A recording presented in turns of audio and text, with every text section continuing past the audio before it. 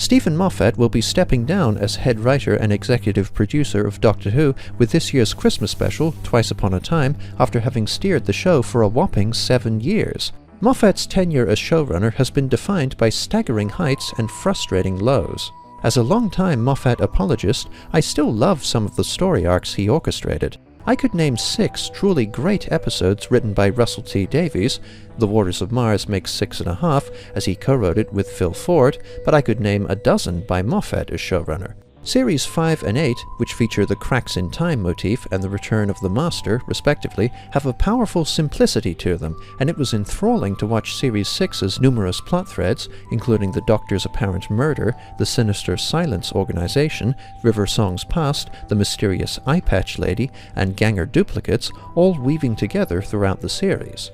YouTube-based critic and essayist H. Bomberguy pointed out that Moffat has written many great, small, self-contained stories, but he is so preoccupied with sprinkling tantalizing details that he seldom wraps up his broader story arcs in a satisfying way. Moffat's stories also often contain archetypal, limited female characters and overly sentimental, fairy tale-esque resolutions, at odds with the darker tone he enjoys. Moffat's obsession with enticing implications and tidbits over succinct, cohesive plotting has also resulted in some rather egregious plot holes during his tenure.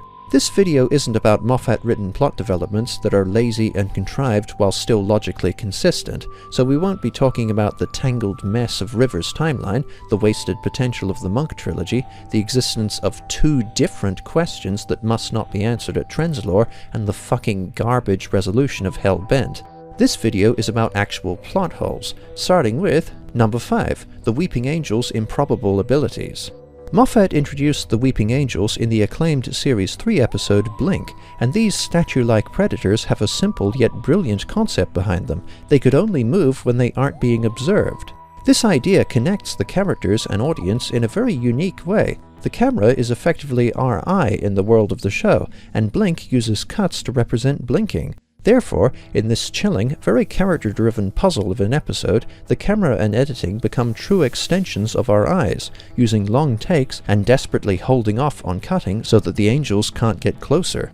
Blink is simple, genius horror. It was fine that Moffat brought the Weeping Angels back, as they are arguably his signature monster and have plenty of potential, but he gave them a grab bag of nonsensical powers. In the Series 5 The Time of Angels 2-parter, we learn various new things about the Weeping Angels, including how anything with the image of an angel will become an angel. This is a cool idea that frames the angels as akin to a virus in the fabric of reality, and it leads to a tense scene of an angel slowly manifesting from a CCTV feed, but it's very poorly defined. Shouldn't any illustration or photo of a winged humanoid statue become an angel? We also learn in this 2-parter that if you look into an angel's eyes, it can infest your brain's vision centers and slowly turn you into an angel. This is a huge plot hole. With some exceptions, including people with autism and other social disabilities, people generally focus on other people's eyes, even with photos, statues, or other depictions of people. For this reason, Sally Sparrow from Blink and anybody who has seen an angel should have become one. I guess it's possible that by looking at an angel, the image of it cast on your retina becomes an angel, thus allowing it to invade your brain, but you don't have to look into its eyes for that to happen. And then, in the Series 7 episode, The Angels Take Manhattan, there's the utter ludicrousness of the Statue of Liberty somehow being an angel, despite the 1.2 million people in Manhattan at the time and the security guards inside it, which should keep it frozen at all times. The Time of Angels 2-parter and The Angels Take Manhattan are good episodes, but Moffat has seriously overcomplicated his simple, genius monsters with a bunch of abilities that make no sense. Number 4, the Impossible Girl story arc. Even when I was a staunch defender of Moffat, I openly admitted that the Impossible Girl story arc just flat out didn't work.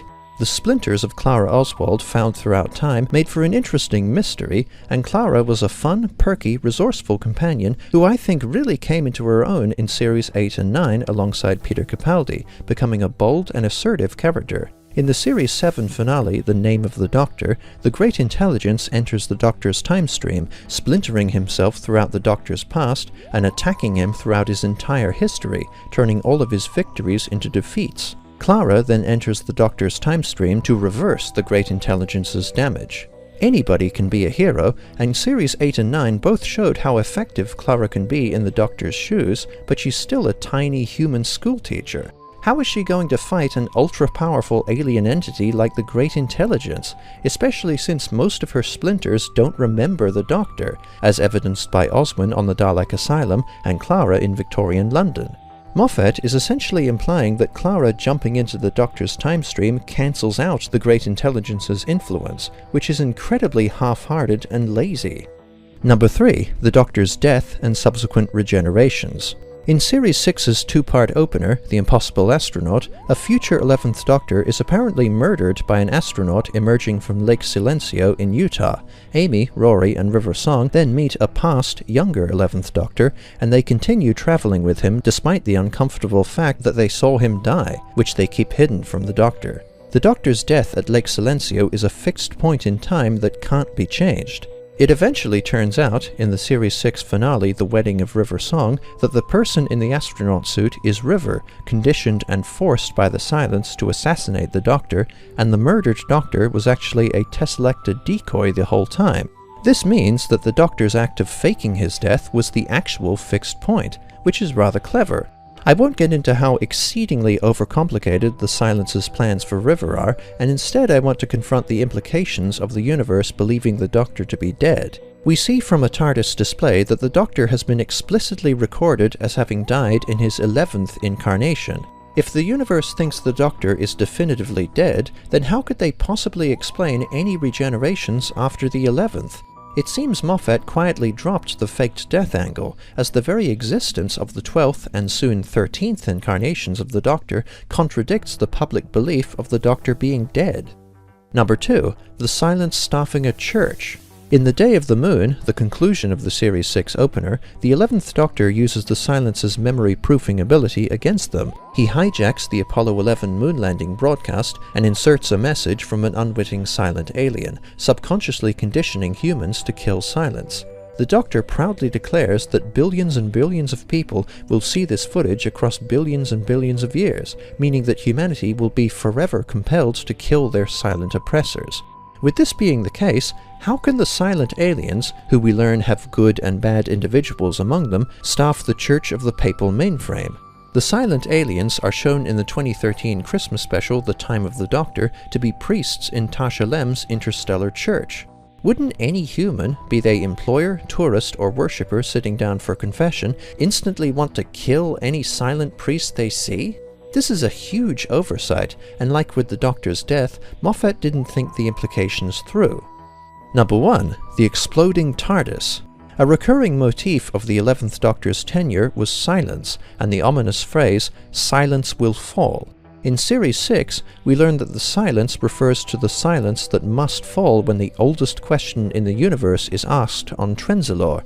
The question is the Doctor's real name, or Doctor Who, which is somewhat clever but executed tritely. This question comes directly into play in The Time of the Doctor. Gallifrey, which was saved from the Time War by every Doctor and placed in a protective pocket universe, seeks to return to the main universe through a crack in time on Trenzalore. The Time Lords are broadcasting the question throughout all of time and space, and they will take the answer as the all-clear signal to return. The Papal Mainframe and the Doctor's enemies want to destroy Trenzalore to prevent the question from being answered, but the Doctor willingly strands himself on Trenzalore while refusing to answer the question, leading to a centuries-long stalemate. Okay, for starters, why didn't the Papal Mainframe destroy Trenzalore anyway? Tasha Lem does have respect for the Doctor through a past relationship, but the possibility of a new Time War would probably take precedence over this friendship. Also, the Time Lords requiring the Doctor's name as the specific signal to return to the universe is very artificial, both as a contrived meta wink to the audience source of tension and as a stalling tactic. But here's the biggest problem with the overall story arc.